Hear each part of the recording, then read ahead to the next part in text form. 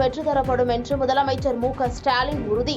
மாநில உரிமைகள் மட்டுமல்ல, யூனியன் பிரதேச உரிமைகளும் பாதுகாக்கப்பட இந்தியா கூட்டணி வெல்ல வேண்டுமென தேர்தல் பிரச்சாரம். நிறுத்தப்பட்ட சென்னை மாமல்லபுரம், புதுச்சேரி திண்டிவனம், புதுச்சேரி ரயில் பாதைகள் திட்டம் செயல்படுத்தப்படும் என்று முதலமைச்சர் மு.க.ஸ்டாலின் வாக்குறுதி. விவசாயிகளுக்கு வட்டியில்லா பயிர்க்கடன் வழங்கப்படும் என்றும் அறிவிப்பு. மதத்தின் பெயரால் பிரதமர் மோடி பிரச்சாரம் செய்வதாக முதலமைச்சர் மு.க.ஸ்டாலின் குற்றச்சாட்டு. காரைக்கால் மீனவர்கள் கைது செய்யப்படுவதை பிரதமர் மோடி தடுத்தாரா என கேள்வி. முதலமைச்சர் ரங்கசாமியை பொம்மையாக அமர வைத்து புதுச்சேரியில் பாஜக பம்மாத்து ஆட்சி நடத்துவதாக முதலமைச்சர் மு.க.ஸ்டாலின் விமர்சனம். தேர்தல் வந்தால்தான் ரங்கசாமிக்கு புதுச்சேரிக்கு சிறப்பு அந்தஸ்து நினைவுக்கு வருவதாக சாடல்.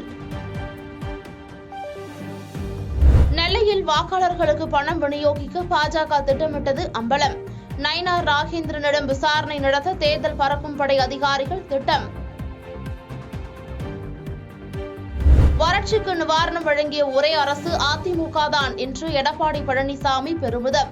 டெல்டா மாவட்டங்களை பாதுகாக்கப்பட்ட வேளாண் மண்டலமாக அதிமுக அரசு அறிவித்ததாக தேர்தல் பிரச்சாரம். வாய்க்கு வந்தபடியெல்லாம் எடப்பாடி பழனிசாமி பொய் பேசுவதாக முதலமைச்சர் மு.க.ஸ்டாலின் காட்டம். பாஜக போட்டுக் கொடுத்த திட்டப்படி செயல்படும் பழனிசாமியால் அதிமுகவின் வாக்குகளை பெற முடியாது என விமர்சனம். சென்னை தாம்பரம் ரயில் நிலையத்தில் கட்டுக்கட்டாக 4 கோடி ரூபாய் ரொக்கம் பறிமுதல். நெல்லைக்கு பணத்தை கொண்டு செல்ல முயன்ற 3 பேர் சிக்கினர். பணம் கொண்டு வந்த பாஜக உறுப்பினரான தனியார் விடுதி மேலாளர் சதீஷிடம் போலீஸ் விசாரணை. நயினார் நாகேந்திரனுக்கு பணத்தை எடுத்துச் செல்ல முயன்றதாக வாக்குமூலம். மக்களவைத் தேர்தல் ஜனநாயகத்திற்கும் சர்வாதிகாரத்திற்கும் நடக்கிற தேர்தல் என செல்வ பெருந்தகை பேச்சு. இந்தியா மதசார்பற்ற நாடாக நீடிக்குமா என தீர்மானிக்கும் தேர்தல் என பிரகாஷ் காரத் எச்சரிக்கை. சாதி கூட்டணி போன்ற பல விஷயங்களை உடைக்கும் வகையில் 2024 தேர்தல் இருக்கும் என அண்ணாமலை கருத்து. மிகப்பெரிய இலக்கை நோக்கி செல்லும் போது தமிழ்நாட்டின் பங்கும் அதில் இருக்க வேண்டுமென பிரதமர் விரும்புவதாக அண்ணாமலை பேச்சு. தேர்தல் அரசியலில் சாதி இருப்பதால் படித்தவர்களுக்கு இடமில்லாமல் போவதாக அண்ணாமலை கருத்து.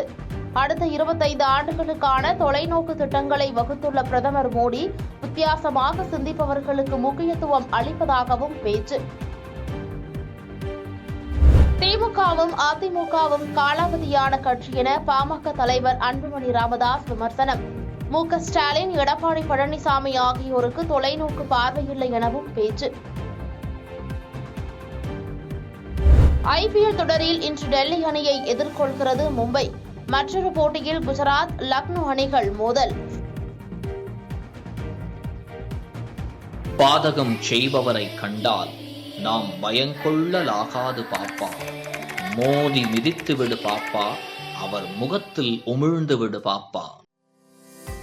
அண்மை செய்திகளை உடனுக்குடன் தெரிந்து கொள்ள இணைந்திருங்கள் இயம்நாடு தொலைக்காட்சியுடன்.